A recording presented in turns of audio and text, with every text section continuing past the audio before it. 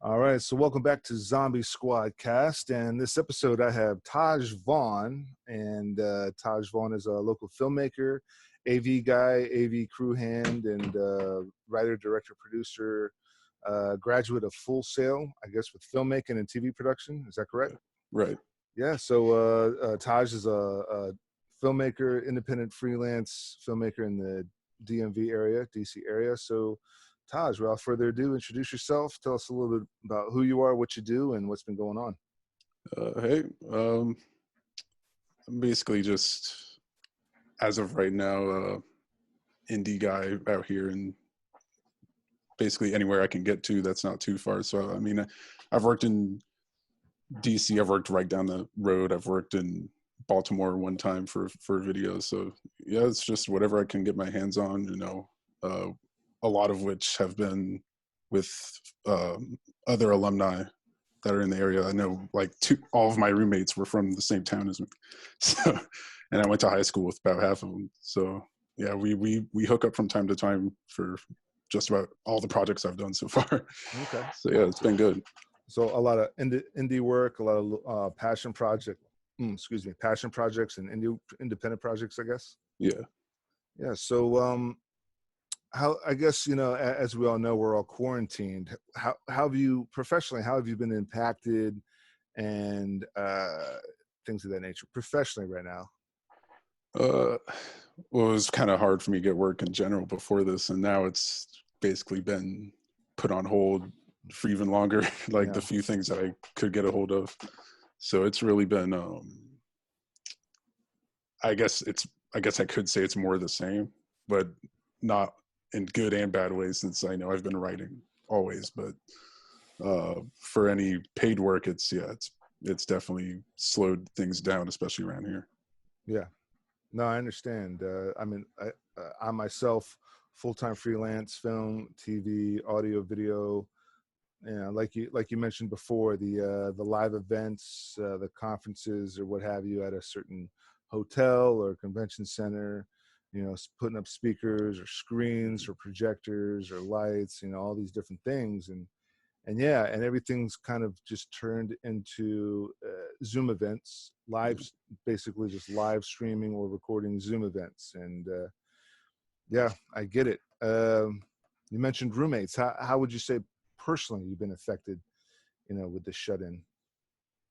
Well, right now I'm back home in my parents' house, but in my friends, for them, they're kind of all in the same position as me.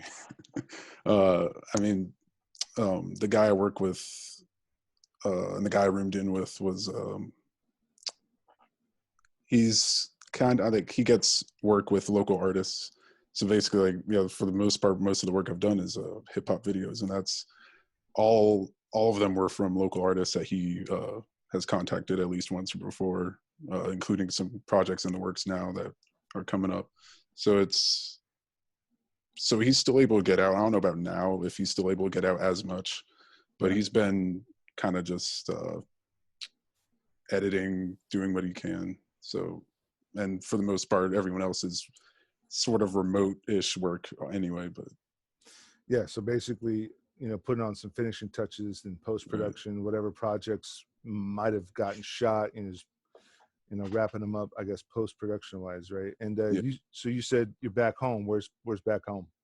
I'm in White Plains, Maryland, which is White Plains, Maryland. Yeah. Yeah, so you'll have Waldorf, and then there's like a little forest right next to it, and that's us. Yeah. So, you know, what county is that? Charles County. Charles County, yeah, past Waldorf. Yeah, I'm very familiar. Yeah, I'm over here in Montgomery County. So, okay. Yeah. So at least I know a lot of folks just moved in with the parents.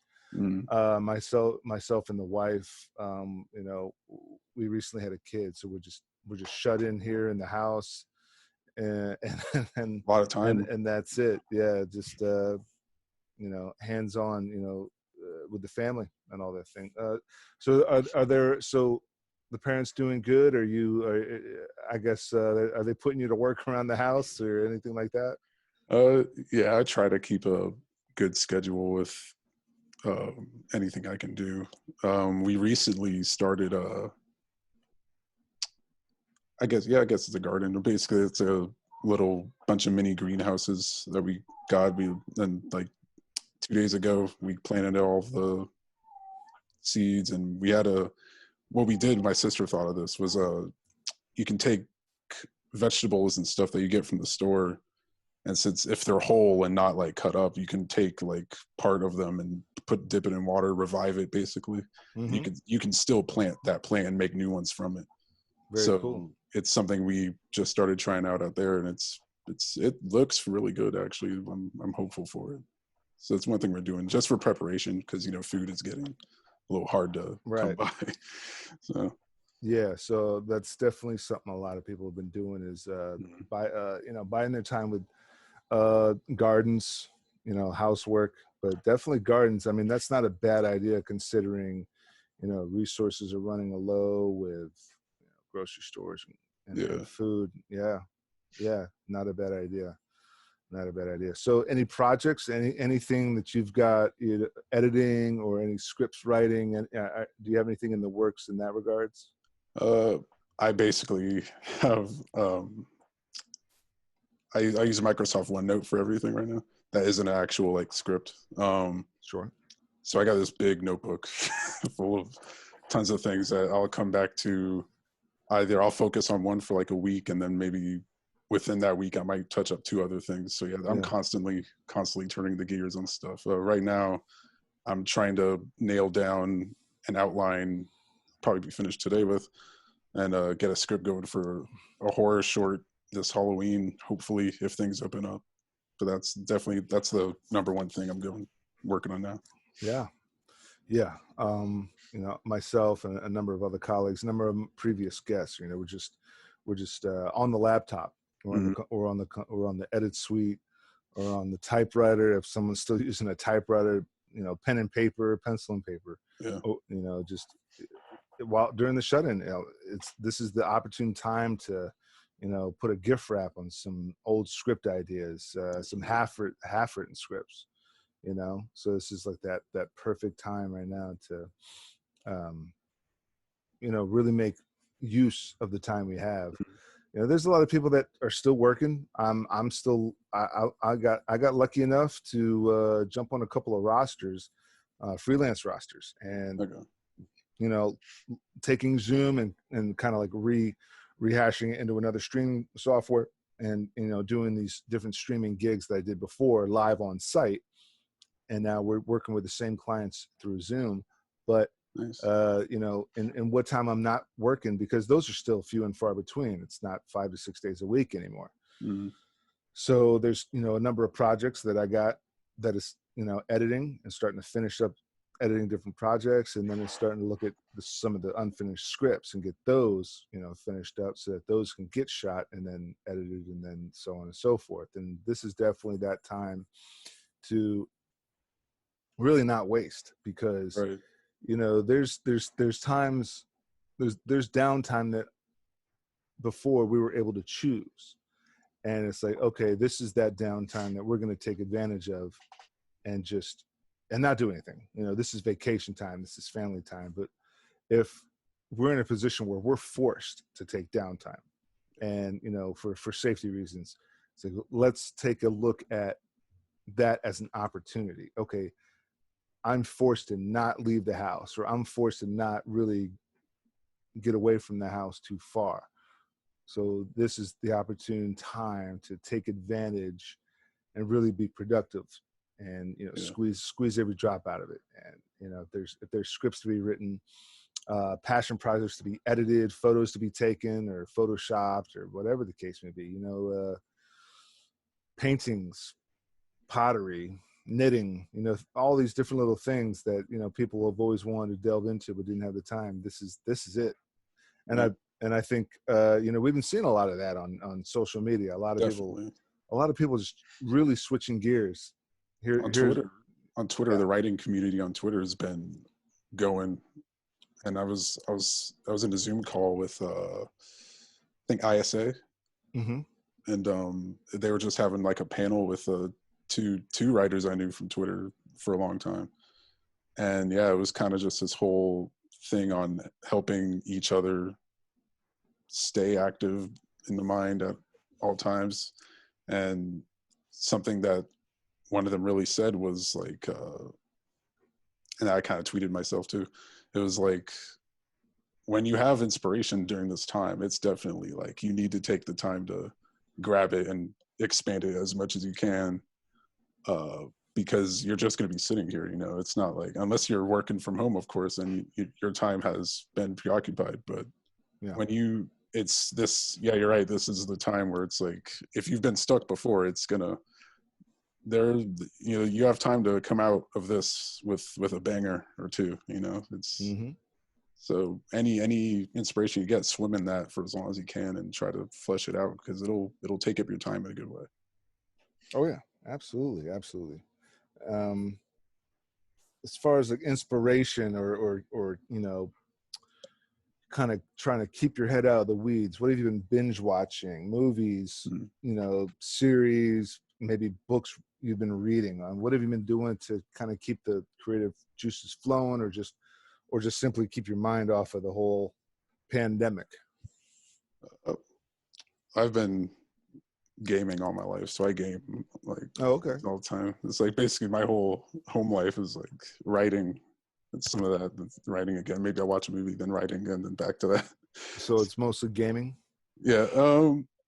I've been spacing out a lot more because I start slowing down on everything else, and it's like, okay, I'll wake up and feel bad. It's like, okay, I need to watch a movie that I bookmarked some days ago. Like I watched We Saw the Lighthouse a couple weeks ago or a week ago. Okay. And that was phenomenal. Especially, you know, I want to go into horror, so watching, and that's just a great example of good psychological, the things psychologically you can play with for a film. And on Netflix, there's like, I'm trying to get into documentaries. I'm slow with documentaries, but I've bookmarked a few of those to get around. I know Tiger King's popular. Maybe I'll check it out at some point. My whole family's seen it. I've been just, yeah, everybody's been talking about Tiger King. Everybody. Not to mention just social media in its entirety, but you know, everybody that me and the wife know, they the second it came out, I think everybody we know binged watched it within a day or two and telling us. And I don't think she's really into it, and so maybe it's something I'm gonna have to watch just off to the side on my own. But yeah, Tiger King and Lighthouse is definitely on the top of my list. I still haven't gotten around to watch it, but I'm definitely a fan of that guy's work. I think he's the same filmmaker who did The Witch. Yeah. So I mean, the Witch blew me away. So I definitely, I base, I live for period pieces, so it's like I base a lot of what I've seen from that and from a lot older stuff too. So it's a great example of good, like I think they call it folk horror now. It's a good example of that. It's just beautiful, that film. Great. And gaming. So let's go back to gaming, because I was a big gamer, you know, some years ago, but just interested to know what games, you know, what kind of, are you twitching? Are you streaming? Are you kind of like in a clan that does like crazy videos online? And on top of that, what games might they be? I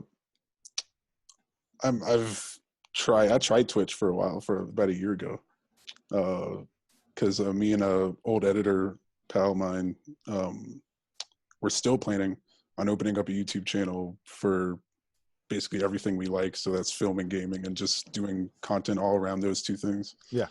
And what I wanted to do, since I came up with an idea of how we could stream a few things for that, I tried it out for a little while, and I like what it is. Obviously it takes time. It takes so much time to get, like, especially on Twitch with the amount of people you have, it's a big investment. So I kind of put a pin on it, and now I'm just like writing up content and ideas for that.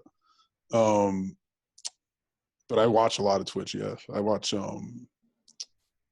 a few, I don't know if streams. I don't know. Do you watch Twitch often or no? Uh, sometimes, but I Okay. usually watch what I usually watch is on TikTok Hmm. is, you know, these highlights of just like these ridiculous. The thing right now is people calling out hackers and cheaters of Call of Duty. I think it is. Oh It's yeah. people that are hacking the game and cheating or whatever. So I get a real kick out Yeah. of that, and these gamers just losing their minds, Mhm. screaming, and it's funny. I think it's hilarious. But it's usually highlights, and so Yeah. you know I'm familiar. I'm a big fan of the Far Cries, the Call of Duties. There's a couple other things, you know, anything that deals with, uh, you know, the biggest joke I tell my friends, anything that deals with killing zombies, killing Nazis, killing aliens, killing zombie Nazis, killing alien zombies, you know, anything, any kind of mix, anything that deals with killing aliens, zombies, Nazis, or any kind of alternated mix Mm. Yeah. Call of of, Duty's got a big yeah. hold on that. So, or, you know, just, you know, the first person shoot 'ems in general, but I branch out quite a bit. yeah. Especially in college, I was a fighting game guy for a long time, like Dragon Ball Z, Mm-hmm. Naruto, Street Fighter. For a long time, I played Street Fighter 4, and then it was like I weaned off of 2D as soon as I started playing Tekken, and now Yeah. Tekken is like the number one for me. Um, Yeah. Tekken was always my game. Lei Wulong was yeah. always my character. Oh yeah. No, I I have a never, figurine of him, like an old like '80s style figurine of him that's not even been taken out of the box on my. nice. So it's, Nice. Yeah. I mean, I was always a Jackie Chan fan. So when mm-hmm. Tekken came out, it was like he was my first pick, and I learned him through and through. And so I want to say there was Tekken 2 when Tekken 2 Oh came yeah. out, which dates me, which will show That's our fine. age, which will show I our age played differences. 3 and 5 before I Yeah, played the newest one. So yeah. So I think, you know, Tekken 3 came out, and maybe it was Tekken 3 or Tekken 4 as the mm. moves really got. Yeah, They started advancing the characters where they could do different styles, and so quite a bit. Yeah, if you changed the person's kung fu style, it was a whole another batch of combos and moves. And dude. so I learned Lei through and through. I wasn't going to be a cheese. I wasn't going to be a cheese factory and use Eddie. Oh yeah, of course. Everybody wants to use Eddie, and but I also mastered the way of beating Eddie with Lei. So that was important too, because you're always going to get that one dude that wants to just use Eddie over and Of over course, again. you go low, man. Yeah, you go Like low, exactly. Capoeira every time. It's like he'll. I don't know if details, but yeah, going low. Like I use Fang almost Okay. always, Mm-hmm. and yeah, you can really get some strings with him off of going low with Eddie. So I've learned to. It's been a journey with people like that on there. Yeah, I bet. And you know, I never did take advantage of the online Tekken play. I never took Mm, advantage of the online fighting games play. But of course, online, you know, first person shoot 'ems like Call of Duty or Halo Online, or what's the other one? Battlefield, oh yeah. or you know, or Sniper Elite, and those kind of games, like those espionage games, Metal Gear Solid, Metal Gears, yeah. Metal, I lived for that. yeah, the Metal Gears and the Sniper Elites were always, you know, top. And then Sniper Elite had Zombie Army, I think it was Mm, called, the little offshoot. Like those are always like really like those are the kind of games I always dug. But yeah. yeah, Open world is like the newest thing what for is me. it? Open world games like Witcher 3 for Yeah, one is open like world, yeah.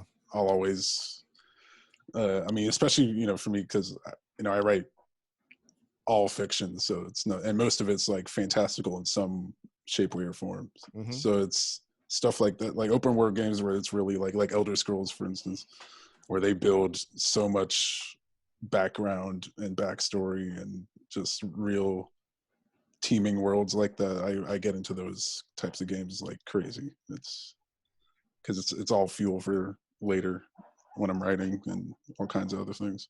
Yeah, you know, even Wildlands, for me, Yeah. I mean most of it, you know, there's been a few of these fantastical games. Oh geez, I can't remember the name of it now. It was a game that the makers of Sniper Elite Hmm. came out with, and it's up to 4-player co-op online. It's very much Indiana Jones esque, you know, crystal skulls and mummies and vampires type of. Strange Brigade. Strange Brigade. That's it. That Strange sounds Brigade. like that. Yeah. Strange Brigade is exactly what it is. And you know, me and a couple of my buddies were playing that, and I was loving it. And then I think what happened was the wife got pregnant, and then a bunch of gigs, and then quarantine. So fell off the street. And I'm the worst. I am the absolute worst because I have a pretty decent gaming setup, and my buddies are online all day, every day, just waiting for me to show up. And it's like, oh, you know, I started this podcast, and you know, I'm editing some side projects, but once I'm done with that, I'll jump on. And then the second these side projects ended, I started getting a whole bunch of these streaming gigs, working from home, streaming Zoom gigs. And then it's like, when the freak am I going to have some free time to jump and play some games? You know, definitely want to jump on Strange Brigade and Wildlands, Far Cry's, like I was telling you, Far Cry's, where it's not exactly massively open world, but I'd say based on the gameplay, it's pretty open world. But, oh yeah, they've done a good job. Yeah. But that was the first one where people were like, it's Skyrim with guns. And it's like, what was that, Far Cry? Yeah. Yeah, I mean, Far Cry 5, you will eventually, if you fly a plane north and you keep flying north, eventually you're going to hit a wall. But it's pretty big open world still. So, yeah, it's a good game. It's a good game. How would you, you know, with that in mind, I mean, what would you say is your next agenda for your next, if you have a set of goals or plans, or just your basic agenda for the next month or two? Say we're still quarantined for next 2 to 3 months. What is your basic, what is your agenda for still being quarantined while still being quarantined? Yeah.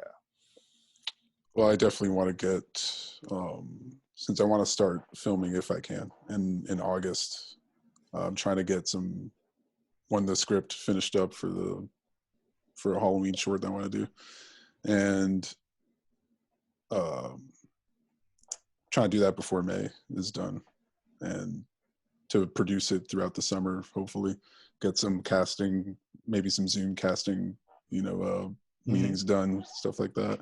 So yeah, this whole summer is going to be just producing work. I'm probably going to get together with some of the guys I've already worked with that have a bit more range. Like the last project I worked on, the guy I worked with from Stevenson University, he was really well panned out. I mean, we had some schedule issues because it was right before lockdown, but yeah, he's pretty good at production especially from producing and directing standpoint. So the plan is to get with him this summer, hopefully, and try to see if we can get out before the summer's out to film. So nice. Yeah. And you know, like we were saying before, now is the time to, you know, polish the script, break it down, schedules, shot lists, scene breakdowns, character profiles, maybe budget, you know, a rough budget. I gotta get better at budget about that. Well, I can send you some. Magic, I can send you some documents. You know, DM me after the show, and I can easily send you some documents. You know, really, you know, there's 2 different documents. You know, you have Movie Magic scheduling and Movie Magic budgeting, right, which is very in depth. But there's some free docs out there that are for much simpler stuff, and when it comes to like ultra low budget independent stuff, it's real easy to use. But yeah, I mean, like I said, like we were saying, now's the time to really just, you know, put things in, get things completed as much as possible, and then put it on that shelf, and that can be a good thing and a bad thing. You knock it out, you've prepped the hell out of it, you've got your production binder, and you put that production binder in the shelf. It's important to always remember, I got to pull that production binder off the shelf, get a schedule, get a date.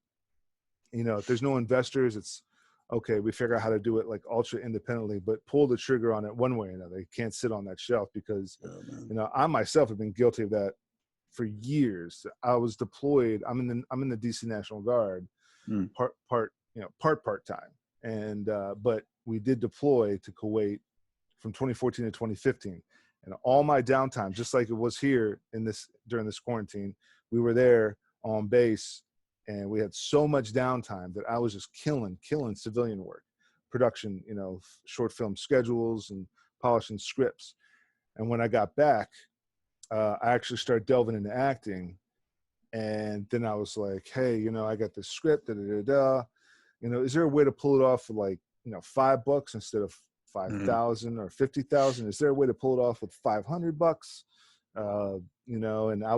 And so finally, pulled the trigger on one short film that I had, that I prepped over there in Kuwait, and, figuring out different hacks and figuring out different, little production strategies. Instead of doing a feature length film, pull it off on maybe like pull it off as a mockumentary instead of your you know what I'm saying? Instead of your big budgeted narrative Avengers type film, you could do, a Spinal Tap version of it, a mockumentary, a very low budget handheld found footage version, instead of Blair Witch doing it Halloween style or Friday the 13th style, they actually invented the found footage mockumentary style. Right. And so I was kind of, taking notes and trying to figure out different hack ways of, pulling off one script as opposed to another. And then of course you got to pay the bills one way or another. So of course you're taking the pay gigs, you're taking the corporate AV gigs. I found, I kind of broke into acting and getting paid acting gigs on professional sets in the area, and kind of like growing my business and my independent contractor kind of business that way. But, it's tricky to make it fit in.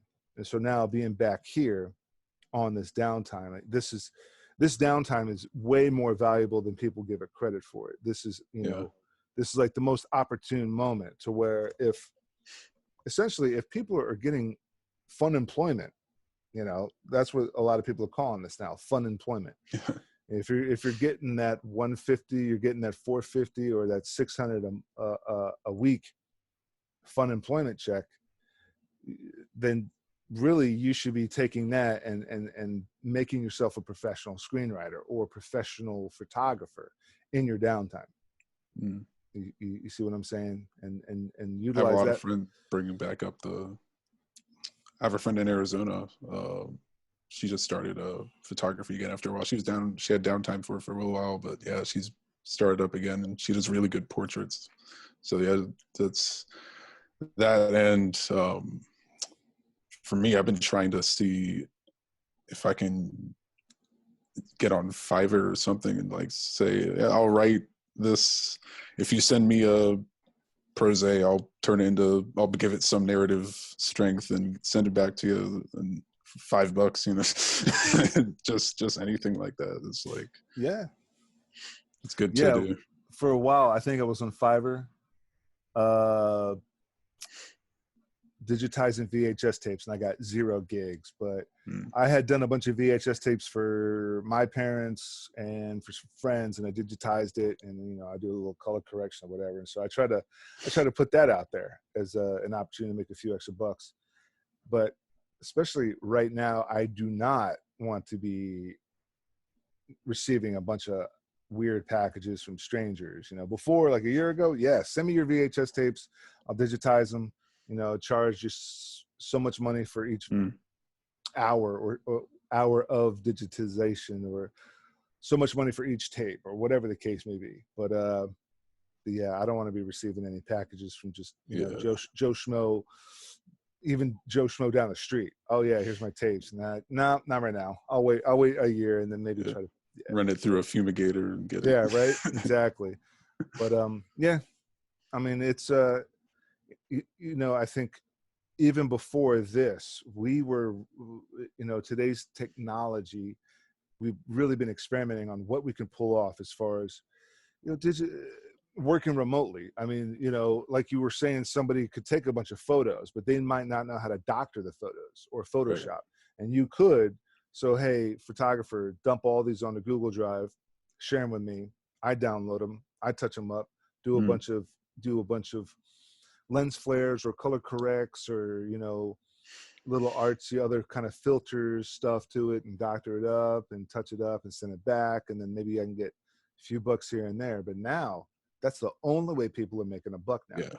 So yeah. I mean, I remember back in the day, you know, Twitch just coming up was, or YouTube Live, and people were gaming on YouTube Live.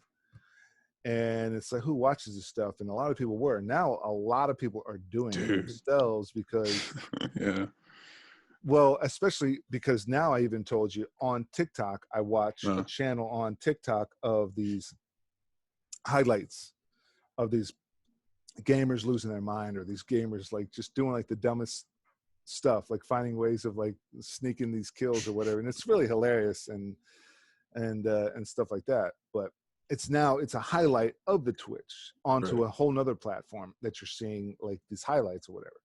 That's how you bring it back towards the channel. Like there's all kinds of compilation accounts on YouTube, even people from, even the people that aren't the people doing the streaming, the streamers loved so much that there's several other YouTube accounts doing compilations for them. So it's free real estate. Well, not real estate, but free advertising for you.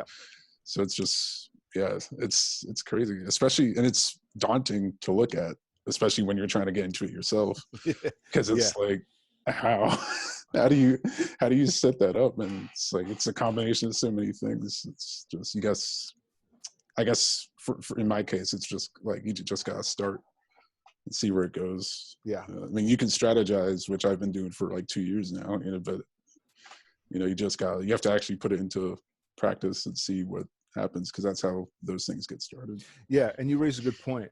For years, you know, a lot of different people are always like, strategy this, strategy that. Do I study the trends, or do I just do whatever the hell I want to do and maybe create a trend, you know, start a trend? I mean, you have to somewhat have a strategy. I've tried the podcast thing twice before and didn't go anywhere, and now it seems to have somewhat of attraction because in this, I maybe figured out a subject matter to start off with, and then you and I are delving into something, you know, bigger and grander and somewhat different. But we started with like, how is this quarantine? And then and that's my idea behind this podcast. Before we did a podcast, and we were trying to like, you know, maybe take some elements of other podcasts and then do our own thing, but it didn't really work out. And then. And blah, blah, blah, blah. But now I know for a fact that 95% of the people that I would want to interview are probably home doing nothing. So why wouldn't they jump on the podcast? I mean, I'm not saying you're doing absolutely nothing, but you're basically, whatever you're doing, whatever you're doing at home, you're way more available than before. So, you know, it's like, you know, kind of tap into that market. And sort of the strategy is, okay, it's a much different time now, but still got to pull the trigger. You know, you can strategize, you can plan, you can prep, you can schedule, you can budget, you can keep reworking that schedule, keep, you know, polishing the script over and over and over again. But eventually you got to pull the trigger. And then once you have it all shot, and then it's like re-edit the footage. Well, eventually you got to just export and post it or release it. Mistakes could go viral, like completely on their own. It's like the person creating it might have been like, oh, it's gonna be so horrible, and then they wake up the next morning, it's like 9 million views out of nowhere. This one guy took it, and like half the memes from like the early 2000s were like original videos that had completely different purposes, and someone retouches it up, puts it on 4chan or Reddit or something, and then now that guy that had made the original video has like hundreds of thousands of views overnight just because of something he didn't even plan to make that much with. So yeah, you never know. Take a look at that movie, that cult film, The Room, which was so bad. It was good, and they made the Disaster Artist based off of it, and blah blah blah. But these guys just pulled the trigger. You know, mediocre to terrible actors, mediocre to terrible writers, they did hire a semi-professional crew. They somehow got enough money to pay this semi-professional crew, if not professional crew, right? But the movie was so bad that it did go viral. It became a worldwide phenomenon, which turned into something else. Mm-hmm. And maybe that movie made more money being shitty than it did just being your decent average Lifetime-esque movie. Right. It was so freaking horrible that it did way better than most all-right Netflix movies. Yeah. It was a worldwide phenomenon. It's a fear of every director that it's like you watch your footage back and you kind of get the same feeling watching your footage that you got watching The Room, and it's like, okay, I need to fix something. Yeah. Like, yeah, absolutely. But like you said, like sometimes it's, and of course I personally wouldn't want to make a movie that bad unless it was intentional, unless it was like a parody or a farce, obviously, you know. But, yeah. But you can't compete with that kind of success. But you know, it's the little mistakes, you know, like you find like these subtle mistakes that filmmakers actually decide to keep into a film. And it makes it more nostalgic, it makes it more realistic, or it makes it more in tune with the subject matter if there is this subtle mistake, you know. For example, Easy Rider, Dennis Hopper, Peter Fonda, Jack Nicholson, and the three of them are sitting around a campfire smoking weed. And they were actually smoking weed, and Jack Nicholson was so freaking high, he forgot his lines, and he just starts cracking up. And I'm sure, and Dennis Hopper wrote, directed, and starred in this film, and I'm sure he's like whispered his line. They cut out the part that Dennis Hopper whispered his line, right? But then he just went right back into his script. But there was like, what would have been an outtake, they kept it in because it was just this bizarre, hilarious, quirky moment that worked. Yeah. It's not even in the script, but it's great. Right. Exactly. And so it's little things like that. But yeah, man, it's just it's trying to figure out what our new normal is. What is an idea? What ideas do you have in mind would be? I don't know if I don't know if I'm phrasing this question right, but like, what is your view of what might be our new normal in say the next 6 months to a year? I think a lot of companies are gonna customize themselves a bit differently now from here on out, because like even the a doctor, because I'm immunocompromised, so you know, so like the doctor that we work with is for specifically for that is they went fully remote because of all this, and it's like, yeah, it's cutting costs, just do everything from an online portal, and yeah, the only expenses you have are just like graphics and domain space and a few other things, and instead of having to rent out an entire office building. I think so. Yeah, I think a lot of companies that have the resources or the ability to acquire the resources necessary are gonna take advantage of that. We might even see whole new streaming services for different things. Like right now we have entertainment streaming services. There could be streaming services for law or something. You know, just other things that no one would think of because of something like this happening. Medical or legal streaming services, you know, like the platform is strictly dedicated to, you know, medical documentation, medical videos, medical, you know, procedures, things of that. Yeah. It's I feel like it's one definite thing that I can see coming, or wouldn't be surprised if it happened, that all kinds of different services are being created, new ideas from desperation for these companies being in this position. Yeah. So. I mean, you know, before we had a number of apps. I use this one app to log everything I do for the baby. You know, if I do a diaper change, I do a bottle feed, some, you know, playtime, tummy time, nap time, You know, like kind of like stimulus time, you know, where he plays with, you know, toys to help him with focus or help him, you know, crunchy things for stimulus. But with this app, all that's logged.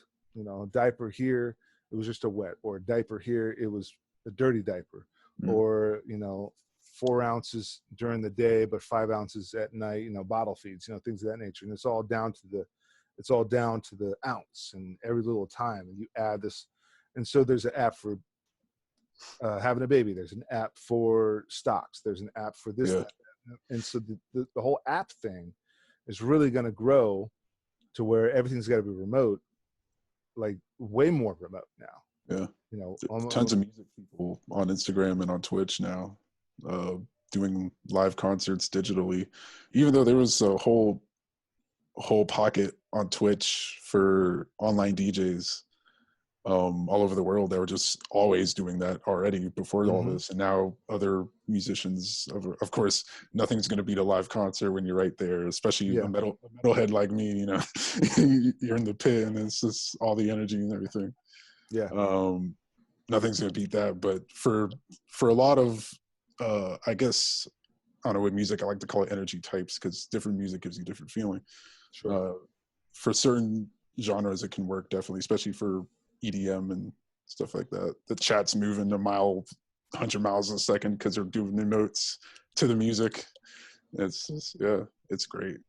Yeah, you know, Travis Scott had a concert on Fortnite. Yeah, and you know, it's a lot of innovative artists jumping on. But what you know, what was funny is, I think it was maybe a week or two ago, DJ Premier and RZA had a battle on Instagram, and RZA, I think, dropped the ball. Like he didn't have his gear set up right. But DJ Premier had been doing this Instagram live shit for years. Exactly. And so but you have a talent like RZA who's not used to that medium. He's not used to this, you know, live streaming your sets. He'll, you know, he's used to the amps on stage at a venue and that sort of deal. And so he's like, holy shit, you know, this is a whole new beast we got to get used to. It's all your own energy. Like with live streaming, the thing with me is like, reason why I needed a second guy for sure to do YouTube with in the future is I have to feed off of another guy. Like if I did comedy, it would have to be a comedy duo, because by myself I'm extremely just one way, I guess. Like sure. I could branch out for like a split second, then the energy's just gonna die, and then I'm gonna need someone else to be like to ping pong off of. Sure, absolutely. Yeah. So yeah, for a performance like that, that's without the energy of the other people right there with you, I'm sure he had all kinds of problems trying to generate what he normally can. So yeah, it's weird for some people. Yeah, no, you're right. I mean, you know, back, you know, the Wu-Tang Clan and how they would do shows, you know, in the last 15 years, and now him just, you know, being hooked up into, you know, his deck in his basement, live streaming it. One thing that's plugged in wrong, and, you know, DJ Premier had that set up probably, you know, perma-stalled in there, and he's got notes about how things are set up. So if something goes wrong, you run your tests, and if something's go wrong, you go down like this checklist. But RZA probably was like, hey man, I'm RZA. I've been doing this for a while, and everybody loves RZA. But finally he gets online and tries to do a live stream Instagram battle with somebody else. And it's like, oh, this is a whole new ballpark that a lot of guys have been doing for a while, but not everybody. And like you said, this is probably going to be, you know, the new normal. It's a lot of online stuff, a lot of mobile stuff, a lot of remote stuff. So yeah, I mean, I brought that up on the show a number of times. That's how we're doing this show. I mean, I had a studio with, you know, seats and chairs and a round table with mics planted, installed in the table, and 3-camera setup in my studio for a podcast, you know, similar to like the usual podcast you'd see before. And now it's like, nope, started gutting everything, started gutting half of it anyway, and set up this kind of setup, because this is the way it's going to be done for the next at least 3 to 6 months. Right. So yeah, absolutely. If you had one point to close out with for our viewers, one point, one bit of advice, what would that be? I guess definitely sort of what I said about the Twitter conversation I was having with like all the writers community. It's just for creatives. I mean, I either talk to, is it Dan or Don Aronovich? Don. Yep. Don. Okay. Mm-hmm. It was either him or you. I was like, podcasting has to be rising in viewership and production because, and you know, all the comedy, like I watch tons of comedians that do podcasts, and it's like, yeah, they're taking advantage. They're coming up with new content, and it's working for them because the medium was kind of already made for that, and it's only way depending on how do you produce it. Mm-hmm. And it's the same for writers. It's the same for anyone that can sit down and generate creativity or generate any type of workflow that doesn't need them to go out into a big space like office or something like that. Yeah. This is the time to really dive in so that when it opens back up again, I know like I think here at least May 1st, a lot of things are going to start opening up. But when it fully opens up and everyone's able to work again, then the way probably again, because new normal, they might not work the same way. Yeah. But when things open up, you want to come out of it with, it'd be great for us to come out of it with a whole package of new things to go straight to work with, and you'll be set for like possibly years, depending on what you do. You know, for screenwriters, you could have one idea and then that ends up getting like a 9 mil deal, and now you're preoccupied for that 9 mil deal for like the next year and a half. So Mm-hmm. And then you could do that again and again with the other ideas you came up with in quarantine and during this whole thing. Tons of people doing contagion-esque movies now. Mm-hmm. Yep. So there's a lot of fuel for all kinds of disciplines right now. So just take advantage of it is what I would say. Make sure if you have an idea, don't just throw it away, even if it sounds silly.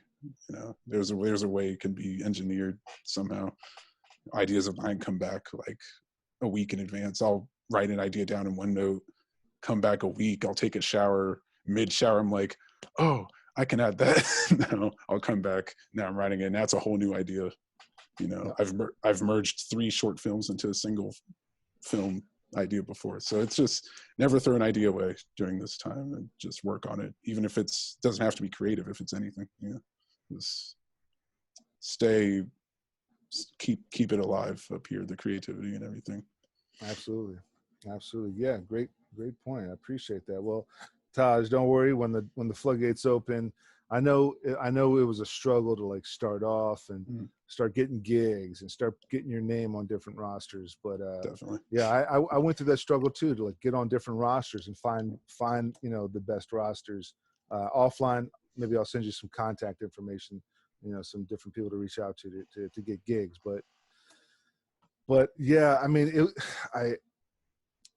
I can imagine how much it sucks right now that you started getting some traction and then it was, all right, you got to stay home. Pause. Yeah. Yeah. Pause. Yeah, exactly. Pause. Start getting some traction, start getting Yeah. some work, and then pause. Yeah, exactly. So, you know, I can imagine because, you know, I've had things kind of like, you know, start steadily moving along. And then in that case, it might've been, you know, budget fell through or they just decided to go with somebody else, but I get it, man. But yeah. Any plugs, any links, any socials you wanna put out for you and your stuff? The last short film. Well, I guess first off, I got notes on that. First off, the people I work with for any music videos that they do in the area, it's on YouTube and Instagram and Twitter. I think it's Backhomefilmz, all one word, and then for films it's a Z at the end instead of an S. I roomed with him for my entire time at Full Sail, and I got to see him kind of grow his content in school, and he's a great creator. And we got a music video coming up that we worked on about 2 months ago or so that's still in post right now, and it's getting ready to drop. So follow him on Twitter, Instagram. You'll get to see it, and I'll share it around on my own stuff. TM Vaughan Film on I think Twitter and Instagram. It should be the same thing. Another friend, a friend of his, directed by Mal, all one word, and Mal is like Mal but with one L. He's really crazy. He's got a whole crew put together and while he was here, I worked with him because his crew was back in Florida. Mm-hmm. And I worked with him on something. He's got a couple projects coming out. I worked with him on UUV by SparkItMo. That was a artist right downtown in DC that we worked with. And YGT Productions on I think all socials. We got a short coming out soon called Last Chance that we just finished right before lockdown, and that was actually my first work as a cinematographer. It was a good time. And that's coming out pretty soon. It's going to festival at some point, I believe, unless things get pushed back. So for updates on that, it's a nice teen drama type thing. So if anyone's interested in that, go follow his socials, and he's got all the updates for it. But yeah, that's all I got. That's all you got. Well, you heard it here. All his links, socials that he just mentioned in the description below, so check those out. And without further ado, TAHJ Vaughan, thanks for joining me. And to my viewers, like, subscribe, share, comment. Click all the links in the description. Thumbs up, thumbs down. I prefer a thumbs up, obviously. And ring the bell for notifications, and check us out next time.